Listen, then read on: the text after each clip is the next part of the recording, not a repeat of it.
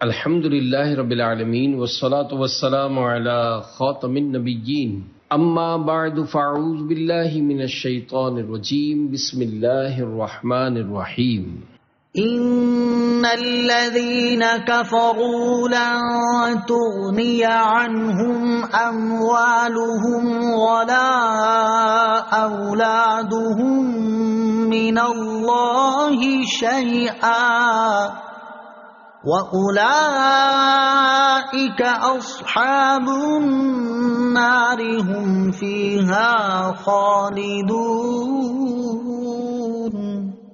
ترجمہ: وہ لوگ جو کافر ہوئے، ان کے مال اور ان کی اولاد ان کو اللہ کے عذاب سے کچھ نہ بچا سکیں گے، اور یہی لوگ جہنمی ہیں، یہ ہمیشہ جہنم میں رہیں گے۔ لن تغنی عنہم اموالہم ولا اولادہم من اللہ شیئا، ان کے مال اور ان کی اولاد ان کو اللہ کے عذاب سے کچھ بچا نہ سکیں گے۔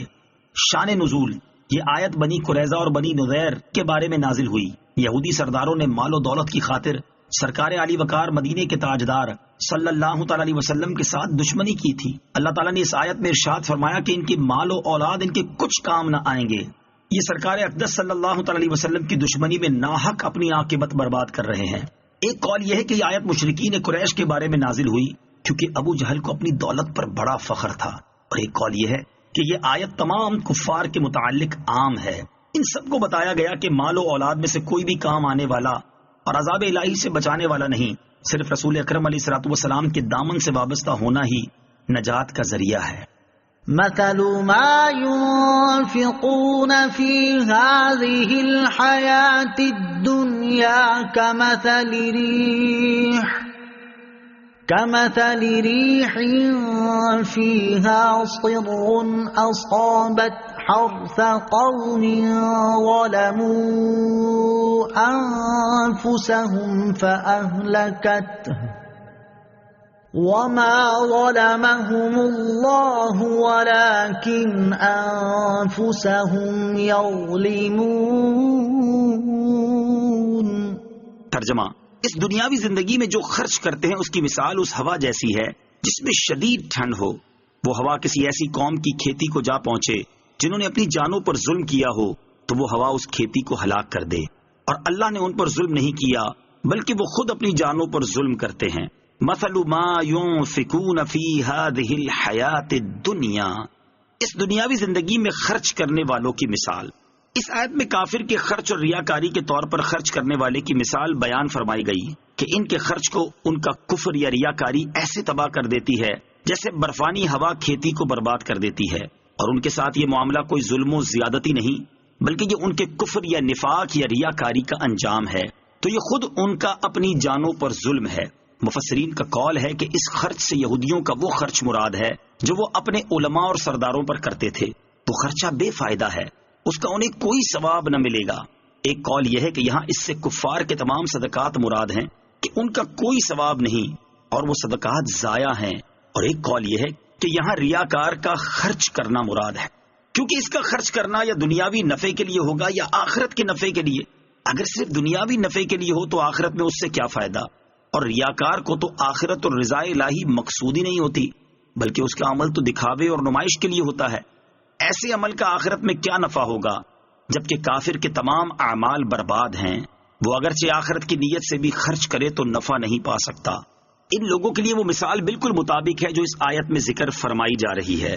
یا ایھا الذین آمنوا لا تتخذوا بطانة من دونکم لا یألونکم خبالا ودوا ما عنتم قد بدت البغضاء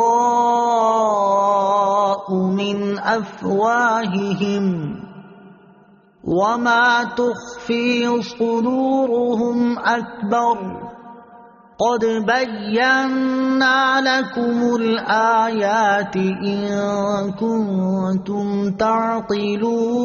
تعقلون۔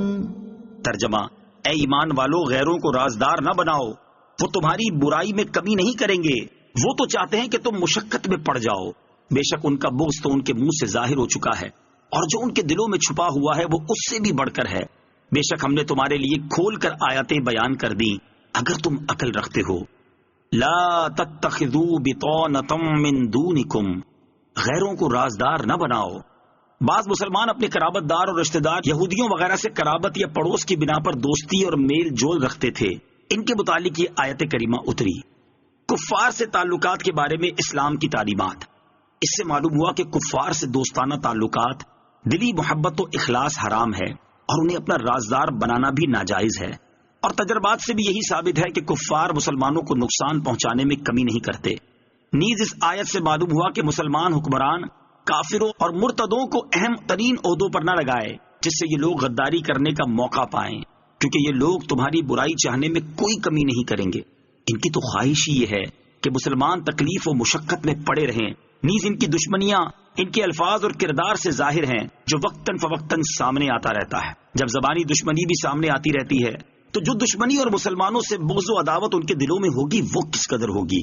یقیناً ان کے دلوں میں موجود دشمنی ظاہری دشمنی سے بڑھ کر ہے. لہٰذا اے مسلمانوں ان سے دوستی نہ کرو. اللہ تعالیٰ تمہارے سامنے اپنی آیتیں کھول کر بیان فرماتا ہے. قرآن پاک کی جامعیت اور حقانیت کو اگر سمجھنا ہو تو ان آیات کو سامنے رکھ کر تمام دنیا کے مسلمان اور کافر ممالک کے حالات کا جائزہ لیں. کیا اللہ تعالیٰ نے جو کچھ بیان فرمایا وہ قطعی طور پر حق اور سچ نہیں ہے؟ یقیناً سچ ہے. تاریخ عالم، تاریخ اسلام اور موجودہ حالات تمام کے تمام قرآن کی ان آیات کی صداقت پر دلالت کر رہے ہیں. لیکن افسوس کہ ابھی بھی ہماری آنکھیں خواب غفلت میں ہیں. ہمارے لوگ ابھی بھی انہی کو اپنا مشکل کشا اور حاجت روا مان رہے ہیں جنہیں اپنے راز بتانے سے بھی اللہ تعالیٰ ہمیں منع فرما رہا ہے. صدق اللہ العظیم.